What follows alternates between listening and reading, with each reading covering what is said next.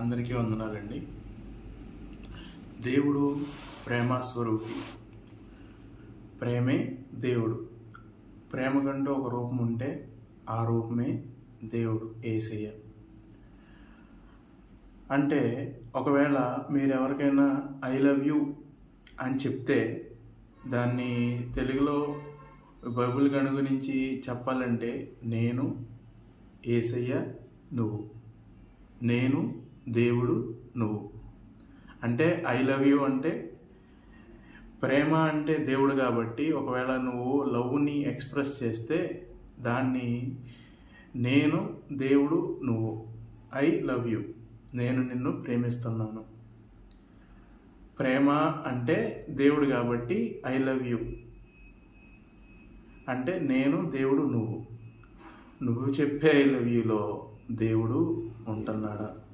ఎందుకంటే ముందు మనం డిస్కస్ చేసుకున్నట్టు ప్రేమకి 14 లక్షణాలు ఉంటాయి. అంటే ప్రేమ అనేది ఒక వ్యక్తి కాబట్టి ఆ వ్యక్తికి 14 లక్షణాలు ఉన్నాయి. నిజమైన ప్రేమకి 14 లక్షణాలు ఉన్నాయి. అందులో మొదటి లక్షణం ప్రేమ దీర్ఘకాలం సహించును అని మనం చదువుకున్నాం కదా. రెండవ లక్షణం ప్రేమ దయ చూపించును, కైండ్నెస్. ప్రేమ దయ చూపిస్తుందంట, అంటే కైండ్గా ప్రవర్తిస్తుంది. కైండ్నెస్ అనేది ఉంటుంది. ఎవరి మీద కూడా తొందరగా కోపడ్డాలి లాంటి, లేకపోతే ఎవరినన్నా మోసం చేయాలన్నా లాంటి ఇట్లాంటి ఏమి ప్రేమలో ఉండవు. ప్రేమ ఎప్పుడూ దయగలిగి ఉంటుంది. ఎవరైనా మనల్ని తిట్టినా కొట్టినా వెంటనే రియాక్ట్ అవ్వాలనుకునేది ప్రేమ కాదు. ఎవరైనా మన మీద వచ్చి పడిపోయి రక్కేసి మన తప్పు లేనప్పటికీ కూడా మన దగ్గరికి వచ్చేసి నువ్వు తప్పు చేసావు అని చెప్పేసి నిందించినప్పటికీ కూడా రియాక్ట్ అవ్వనిది దయగలిగిన ప్రేమ. మన తప్పులను బట్టి, మన బాధలను బట్టి, మన యొక్క దరిద్రమైన పరిస్థితిని చూసి కూడా మనల్ని రక్షించిన ప్రేమ దయగల ప్రేమ. ప్రేమ ఎప్పుడు దయ చూపిస్తుందండి. నిజమైన ప్రేమ ఎప్పుడూ కూడా దయ చూపిస్తుంది.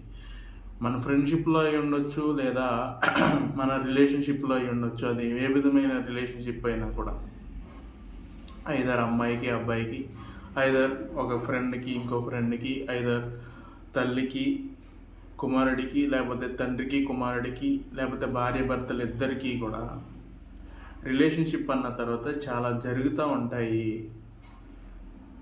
ఉంటాయి కాబట్టి వాటిని దయతో, అంటే నిజమైన ప్రేమ ఉంటే ఆ ప్రేమ ఎప్పుడు దయ చూపిస్తుంది కాబట్టి ఎదుటి వాళ్ళ యొక్క తప్పిదాలని, ఎదుటి వాళ్ళ యొక్క ఆ యొక్క మన పట్ల వాళ్ళు చేసిన ఆ మిస్టేక్స్ని ఏం చేస్తుందంటే ఆ దయతో క్షమించుకుంటూ వెళ్ళిపోతుంది. యేసయ్య భూలోకంలో సంచారం చేస్తున్నప్పుడు గెర్సేని అనే ఊరుందంట, అనే దేశం ఉందంట. అది గలిలయ దేశానికి ఆపోజిట్లో ఉండేది. సో గలిలయ దేశానికి వెళ్ళేటప్పుడు దేవుడు ఆ గెర్సేనే దేశం దగ్గర ఒకరోజు దిగాడంట. ఆ దిగినప్పుడు ఒక దయ్యం పట్టినవాడు అక్కడ ఎదురుగా ఉన్నాడంట. అంటే ఇప్పుడు బీచ్ అనేది ఎప్పుడు ఊరి చివరే కదండి ఉంటుంది. బీచ్ అనేది ఎప్పుడు కూడా, అంటే వాడలు ఆగేది ఎప్పుడు కూడా ఊరి చివరే ఉంటుంది, ఊరి మధ్యలో ఎప్పుడు ఉండదు. అలాంటి ప్రదేశంలో దయ్యం పట్టినవాడు ఒకడు ఉన్నాడంట. వాడు ఎంత దరిద్రమైన స్థితిలో ఉన్నాడంటే వాడి ఒంటి మీద బట్టలు లేవంట, చింపేసుకుంటూ ఉంటున్నాడంట. వాడికి ఆ దయ్యం అనేక సార్లు పట్టడాన్ని బట్టి, అదే దయ్యం అనేకమైన సార్లు పట్టడాన్ని బట్టి వాళ్ళ ఊర్లో వాళ్ళు గొలుసులతో కట్టేసి వాడిని అక్కడ బంధించారు, ఆ ఊరి మధ్యలో బంధించారంట. కానీ వాళ్ళ వల్ల కాలేదంట. అక్కడి నుంచి వాడిని తెంపేసుకొని ఆ ఊర్లో నుంచి పారిపోయి అడవుల్లోకి వెళ్ళిపోయాడంట. వెళ్ళిపోయిన తర్వాత కొన్ని రోజులకి యేసయ్య ఆ ఊరు వెళ్ళినప్పుడు ఇతను ఎదురయ్యాడంట. ఎదురవ్వగానే యేసయ్య అతన్ని విడిచిపెట్టి నువ్వు బయటికి రా అని గట్టిగా అరిచేసరికి ఆ దైవంట సాష్టాంగపడి నమస్కారం చేసి, ఓ యేసు సర్వోన్నతిని కుమారుడా, నువ్వెందుకు నన్ను ఇబ్బంది పెడుతున్నావు? దయ్యాలు దేవుణ్ణి స్తుతిస్తున్నాయి. గుర్తుపెట్టుకోండి, దయ్యాలు దేవుణ్ణి స్తుతిస్తున్నాయి. సర్వోన్నతిని కుమారుడా, నాతో నీకేంటి? నువ్వు నన్ను ఎందుకు ఇబ్బంది పెడుతున్నావు? ఏం లేదు, యేసయ్య వెళ్ళాడు. నువ్వు ఆ శరీరాన్ని అతన్ని విడిచిపెట్టి నువ్వు బయటికి రా అనగానే ఆ దయ్యం సాష్టాంగపడి నమస్కారం చేసి, ఓ సర్వోన్నతుని కుమారుడా, నాతో నీకేంటి? నన్ను వదిలిపెట్టేసి వెళ్ళిపో, నన్ను ఇబ్బంది పెట్టకు అనేసి ఆ దయ్యం అంటుందంట. అప్పుడు యేసయ్య అన్నాడంట, నీ పేరేంటి అని అడిగాడంట. నీ పేరేంటి అని అడిగినప్పుడు ఆ దయ్యం ఒకటి కాదంట, 2000 దయ్యాలంట. ఏంటండి, 2000 దయ్యాలు. 2000 దయ్యాలు కాబట్టి ఆ దయ్యం అందంట, నా పేరు సేన అందంట. అంటే చాలామంది ఉన్నారు కాబట్టి, చాలా దయ్యాలు ఉన్నాయి కాబట్టి నా పేరు సేన. అయ్యా యేసయ్య, దయచేసి మమ్మల్ని కనికరించు, పాతాళంలోనికి మమ్మల్ని తొక్కే మాకు. అదిగో ఆ కొండ మీద కొన్ని పందులున్నాయి, ఆ పందుల్లోకి మమ్మల్ని వెళ్ళేటట్టు ఆజ్ఞాపించు అని చెప్పేసి యేసయ్యని రిక్వెస్ట్ చేసుకుంటే, దయ్యాలు యేసయ్యని రిక్వెస్ట్ చేసుకుంటే దయ్యాలని యేసయ్య ఆజ్ఞాపించాడంట. ఆ దయ్యాలు అతన్ని విడిచిపెట్టి ఆ పందుల్లోకి వెళ్ళిపోయాయంట. ఆ పందులు అక్కడున్న ఆ కొండ మీద నుంచి లోయలోకి పడి ఊపిరాడగా చచ్చిపోయినాయి అంట. ఆ పందుల సంఖ్య దాదాపు 2000 అంట. అంటే అతనిలో ఎన్ని దయ్యాలు ఉన్నాయి? 2000 దయ్యాలు ఉన్నాయి. ఆ 2000 దయ్యాలని దేవుడు ఆజ్ఞాపించాడు, అవి ఎక్కడి నుంచి వెళ్ళిపోయాయి, చచ్చిపోయాయి. ఆ పందులను మేపేవాళ్ళు ఆ కొండల్లో నుంచి ఊరిలోకి వెళ్ళి, అమ్మో మా పందులన్నీ చచ్చిపోయాయి, ఆ దయ్యం పట్టిన వాడి దగ్గరికి ఇంకొకడు వచ్చాడు, ఆయన ఏం చేశాడో తెలియదు కానీ ఆ దయ్యాలన్నీ కూడా మా పందుల్లోకి వచ్చి మా పందులన్నీ కూడా పరిగెత్తుకుంటా వెళ్ళిపోయి లోయలో పడిపోయి చచ్చిపోయాయి అని ఊర్లో వాళ్ళందరికీ చెప్పంగానే ఊళ్ళో వాళ్ళందరూ కూడా ఊరు బయటకు వచ్చి ఈ దయ్యం పట్టిన వాడిని చూడడానికి వచ్చారంట. ఆ వాళ్ళు వచ్చేసరికి ఈ దయ్యం పట్టినవాడు కొత్త బట్టలు ధరించుకొని యేసయ్య పాదాల దగ్గర కూర్చున్నాడంట. అలా కూర్చుండడాన్ని చూసి ఆ ఊరు వాళ్ళందరూ కూడా భయపడి, అయ్యా ఈ ఊరి నుంచి నువ్వు వెళ్ళిపో. ఎవరిని అంటున్నారు తెలుసా? ఆ దయ్యం పట్టిన వాడిని కాదు, యేసయ్యని అంటున్నారు. ఈ ఊర్లో నుంచి వెళ్ళిపో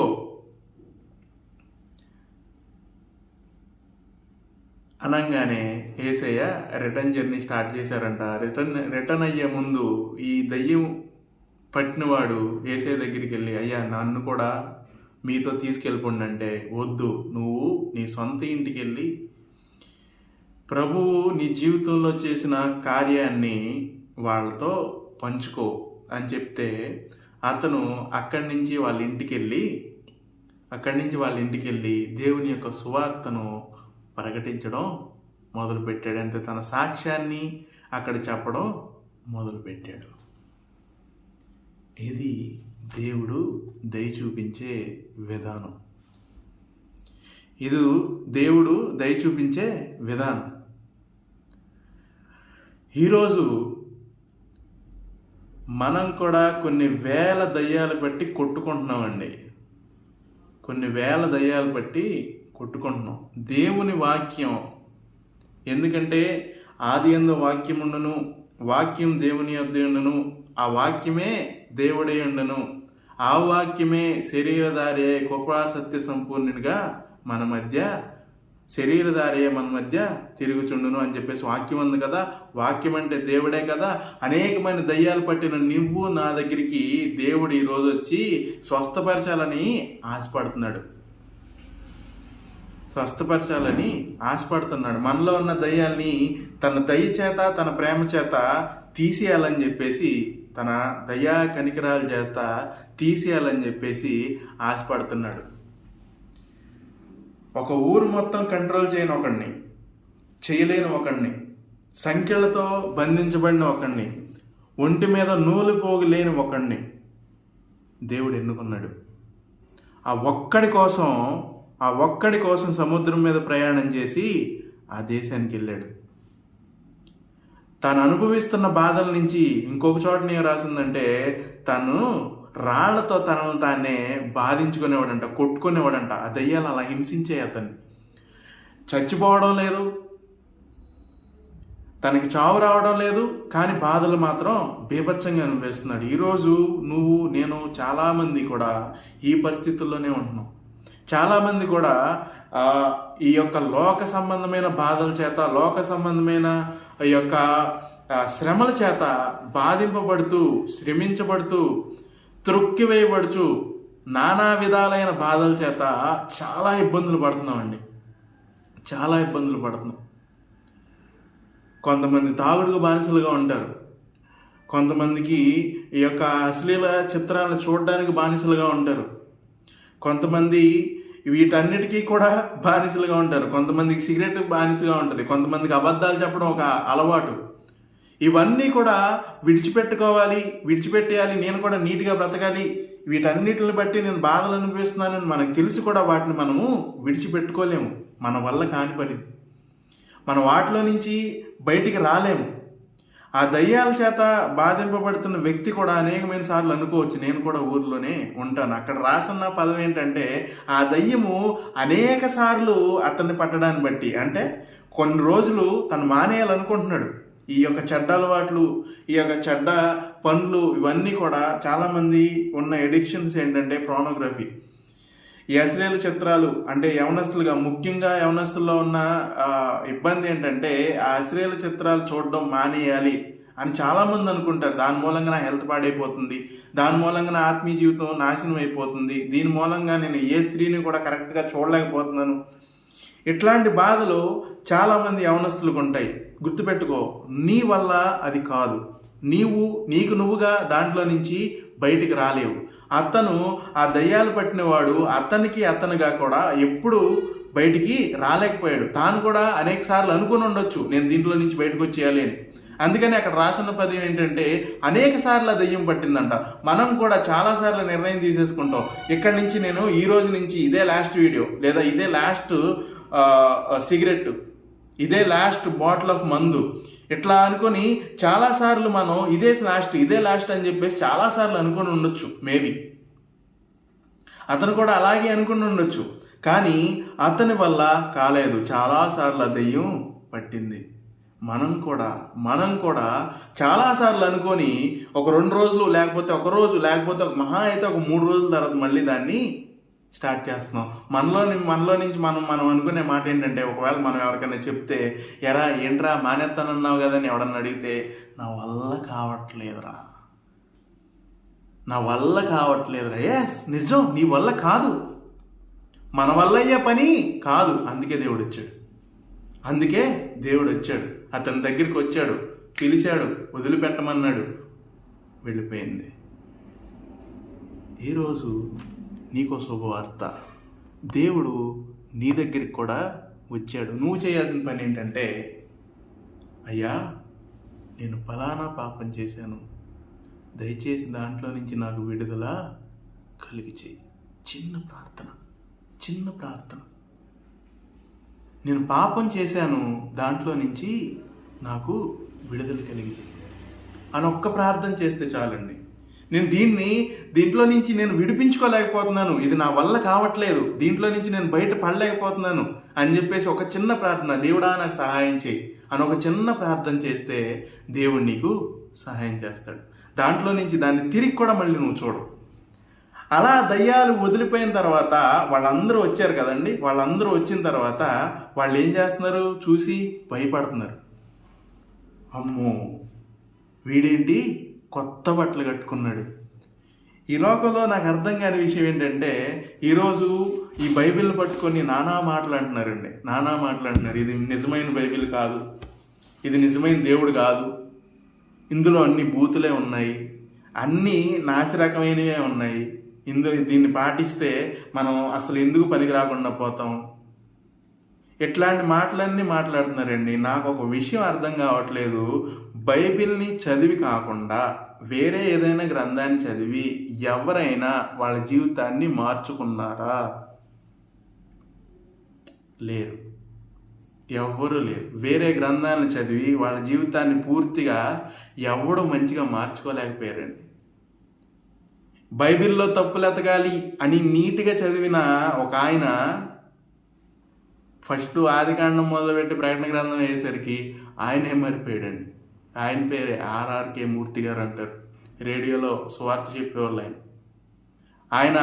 ఆయన ఒక బ్రాహ్మణుడు అనుకుంటా, మేబీ, నాకు అంత ఐడియా లేదు. కానీ ఆయన బైబిల్లో తప్పులు వెతకాలి అని చెప్పేసి బైబిల్ చదవడం స్టార్ట్ చేశారంట. నీట్గా నీకు అర్థమయ్యేలాగా. నువ్వు అసలు ఫస్ట్ బైబిల్ అర్థం చేసుకోగలిగితే, నువ్వు బైబిల్ని అర్థం చేసుకోగలిగితే నువ్వే మారిపోతావు. అసలు ఫస్ట్ చదవండి బైబిల్. దేవుడు దయ్యాలు పట్టిన వాడిని మార్చాడు, పడేయలేదు. దయ్యాలు పట్టిన వాడిని, బట్టలు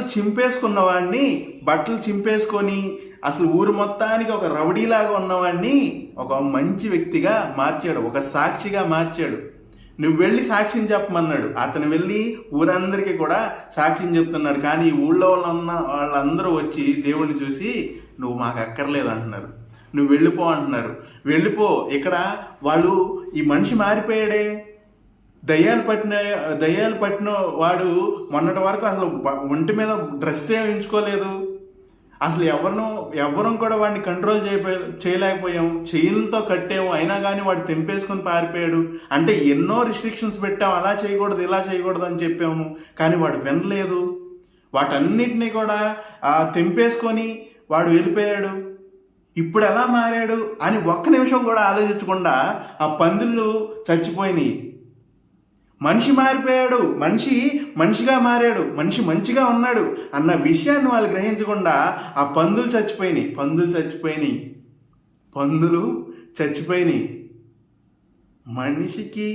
పందికి ఉన్న విలువ మనిషికి లేదండి. పందికి ఇచ్చిన విలువ అక్కడ మనిషికి ఇవ్వలేదు. పందులు చచ్చిపోయినాయి కాబట్టి ఇతను మారాడని కాదు. ఇది మారాడరా, వీడి జీవితం మారిపోయిందిరా. ఇదివరకు తాగేసి రోడ్డు మీద అక్కడ పడిపోయి ఉండేవాడు, ఇప్పుడు ఏంటి చక్కగా తెల్ల బట్టలు వేసుకొని చర్చికి వెళ్తున్నాడు అనుకోకుండా, అబ్బో ఈడేంట్రో మళ్ళీ కొత్త అవతారం ఎత్తాడు, ఇట్లా మాట్లాడుకున్నారంట. అరే వీడి జీవితం మారిపోయిందిరా అనుకోకుండా, ఎంతకాలంలే, అరే ఈడేంట్రా ఎంత నీట్గా అభివృద్ధి చెందుతున్నాడు, దేవుని వాక్యం తెలుసుకున్నాడు, దేవుని వాక్యం చెప్తున్నాడు, దేవునిలో ముందుకెళ్తున్నాడు అని ఎట్లా అనుకోకుండా పందులు చచ్చిపోయినాయి అంట. పందులు చచ్చిపోయినాయి అని చెప్పేసి యేసుక్రీస్తు గారిని అక్కడి నుంచి వెళ్ళిపోమన్నారు. ప్రేమ దయ చూపిస్తుంది. ఊరు మొత్తం వెలేసింది అతన్ని, ఊరు మొత్తం వెలేసినా కూడా దేవుడు దయ చూపించాడు. ఈరోజు నీ జీవితంలో నీకు జరిగిన విషయాలను బట్టి, నీ జీవితంలో నువ్వు ఎదుర్కొన్న కొన్ని సంఘటనలు బట్టి, నువ్వు జీవితంలో నువ్వు చేస్తున్న పనులు బట్టి నిన్ను అందరూ వెలివేసి ఉండొచ్చు, మేబీ, లేదా నిన్ను నువ్వే వెలివేసుకొని ఉండొచ్చు. నువ్వు చేసిన తప్పులను బట్టి, నువ్వు చేసిన పాపాలను బట్టి నీ మనసాక్షి నిన్ను గద్దిస్తూ ఉన్నప్పుడు అందరి దగ్గర నువ్వు మొహం చూపించుకోలేకుండా ఉండొచ్చు. అతనికి కూడా అదే జరిగింది. అంతమంది అన్న మాట్లాడంటే అక్కడ ఉండలేక అక్కడి నుంచి అడవుల్లోకి పారిపోయాడు. నువ్వు కూడా ఈరోజు నీ చుట్టూ చాలామంది ఉన్నప్పటికీ కూడా నీ నుంచి నువ్వు పారిపోయి ఉండొచ్చు. ఆ జనాలు అంతమందిలో కూడా నువ్వు ఒంటరిగా ఉండుండొచ్చు. నీ చుట్టూ ఎంతమంది ఉన్నప్పటికీ కూడా నువ్వు ఒంటరిగా ఫీల్ అయ్యి ఉండొచ్చు. ప్రియ సహోదరుడా, ఈరోజు నీకు ఒక గుడ్ న్యూస్. దేవుడు తన దయగల ప్రేమ చేత నీ దగ్గరికి వస్తున్నాడు.